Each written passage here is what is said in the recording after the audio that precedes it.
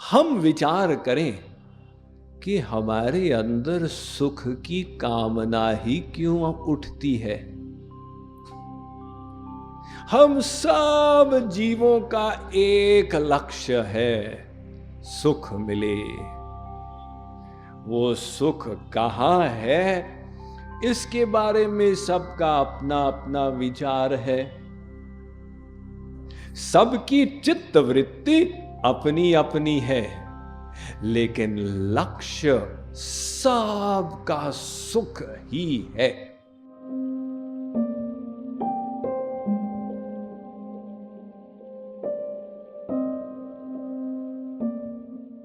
कुछ लोग सोचते हैं कि जाकर सिनेमा हॉल में पिक्चर देखेंगे तो सुख मिलेगा।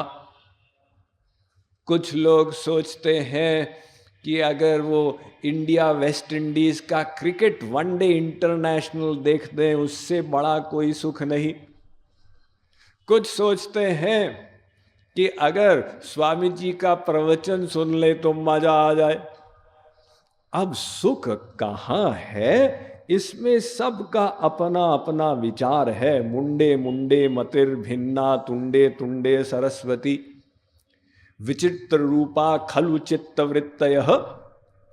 सबकी चित्त वृत्ति अपनी अपनी है, लेकिन लक्ष्य सबका सुख ही है।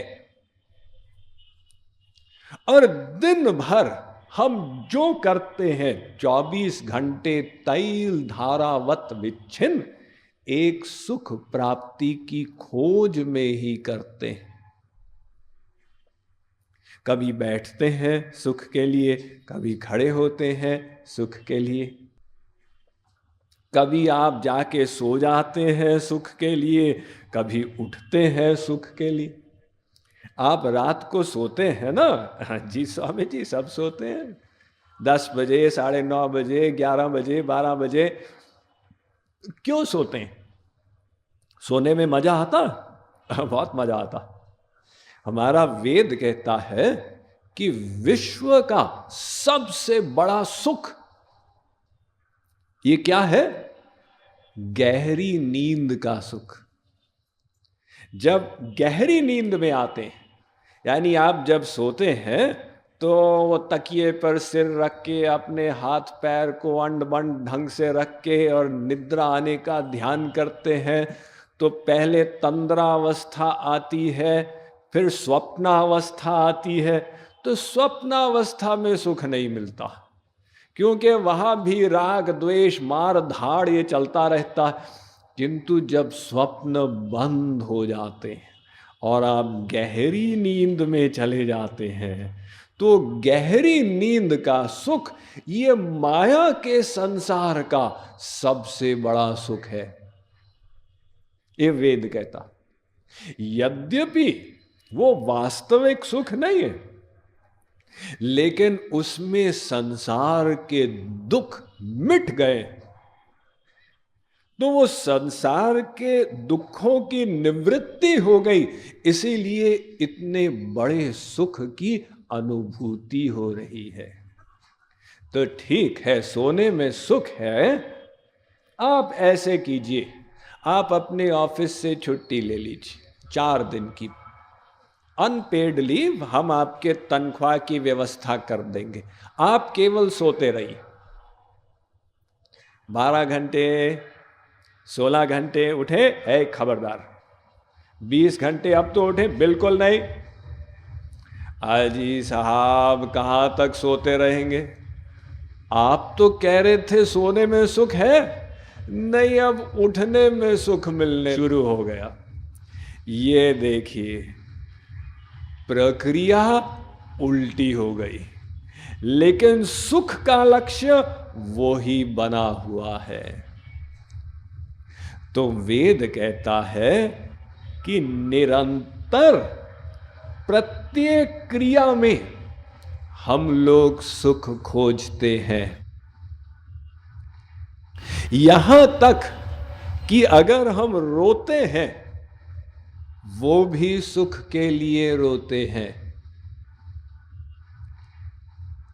हम लोग सोचते हैं कि रोने में तो दुख है और हंसने में सुख है, इसलिए यदि कोई रो रहा हो तो हम मुंह लटका के पूछते हैं क्यों भाई, क्या हो गया। कोई हंस रहा हो, हम कहते आज बड़े खुश नजर आ रहे हो। किंतु वेद की फिलॉसफी कहती है रोने में उतना ही मजा आता है जितना हंसने में आता। क्या मतलब? देखिए, एक आदमी है, वो रो रहा है, आप उससे पूछो क्यों रो रहे हो? मेरे पिताजी का देहांत हो गया। तो मैं उसकी लाश को शमशान घाट ले गया, वापस आया तो पत्नी मर गई। तो उसको ले गया, वापस आया तो घर जल गया। वो तो ठीक है, हमारा प्रश्न है तुम रो क्यों रहे हो? अगर रोने में कष्ट है तो फिर एक तो बाप के मरने का कष्ट, एक पत्नी के मरने का कष्ट, एक घर के जल जाने का कष्ट, रोकर अपने कष्ट को क्यों बढ़ाते हो? नहीं साहब, वो तो जो दुखों का पहाड़ आया, मैं रोकर उसको बाहर निकाल रहा हूं, इसमें मुझे शांति मिल रही है। अगर मैं नहीं रोऊंगा तो पागल हो जाऊंगा। देखिए, जब दुख बहुत बढ़ गया, वो व्यक्ति रो के उसको बाहर निकाल रहा है, इसमें सुखानुभूति कर रहा है, इसलिए तो रोता। कोई नियम तो है नहीं कि अगर बाप मर गया तो रोना पड़ेगा, वरना खबरदार ब्रह्मपुर के लोगों, तुमको जेल में डाल दिया जाएगा। अगर किसी क्रिया में कष्ट हो, व्यक्ति क्यों करे? लेकिन वो रोने से कष्ट बाहर आ जाता है, शांति मिलती है, इसलिए व्यक्ति रोता है। अर्थात हम रोते भी सुख के लिए हैं, हंसते भी सुख के लिए हैं। एक बार एक टेबल पर शराब की बोतल पड़ी थी, नीचे कुछ चूहे खेल रहे थे। एक बिल्ली टेबल पर बैठी थी, उसने बोतल को नीचे गिरा दिया। अब वो बोतल नीचे गिर के फूटी तो शराब जमीन पर फैल गई। वो चूहों ने शराब को पी लिया, उनको नशा आ गया। एक ने कहा मैं राजा, दूसरे ने कहा मैं विश्व विजेता, तीसरे ने कहा तुम लोगों को जो बनना है बनो, मैं नाश्ते के लिए अब बिल्ली को खाने जा रहा हूं। ये बुद्धि भ्रष्ट हो गई ना, वो शराब के कारण। तो इसी प्रकार से हम लोग जो इस माया के संसार में हैं, ये माया शक्ति ने हमारी बुद्धि को भ्रष्ट कर दिया। हम लोग अपने को शरीर मान रहे हैं, आत्मा होते हुए हम अपने को शरीर मान रहे हैं। इसीलिए वो शरीर के सुख को हम अपना सुख मान के उसको खोज रहे हैं। मैं कौन हूं? मैं शरीर हूं। मेरा सुख क्या है? शरीर का सुख मेरा सुख है। अब हम शरीर के सुखों के लिए इस संसार में भाग रहे हैं, और वो भागते भागते भागते किसी को सुख मिला नहीं, क्योंकि वो मिश्रित है ना, सुख के साथ दुख। अभी पिछले श्लोक में श्री कृष्ण ने कहा था सुख भी आएगा, फिर दुख भी आएगा, फिर सुख आएगा, फिर दुख आएगा, ये मिक्सचर। तो व्यक्ति सोचता है सुख मिले, अरे दुख मिला, चलो फिर सुख मिले, अरे दुख मिला। जैसे एक बार एक रशिया के साइंटिस्ट ने एक एक्सपेरिमेंट किया। उसने एक चूहे को पिंजरे में बंद कर दिया और पिंजरे में 2 स्विच रख दिए। अगर चूहा इस स्विच को छुए तो उसको रोटी का टुकड़ा मिल जाता था। यदि इस स्विच को छुए तो इलेक्ट्रिक शॉक लगता था। तो बाय चांस चूहे ने यहां पर छुआ, फिर वहां पे छुआ, फिर यहां पे, तो कुछ दिन के बाद चूहे की लघु बुद्धि में ये बात बैठ गई कि यहां पर हमको नहीं छूना है और यहां छुएंगे तो रोटी का टुकड़ा मिलेगा। अब वो बार बार उसको छूकर रोटी को प्राप्त करता था।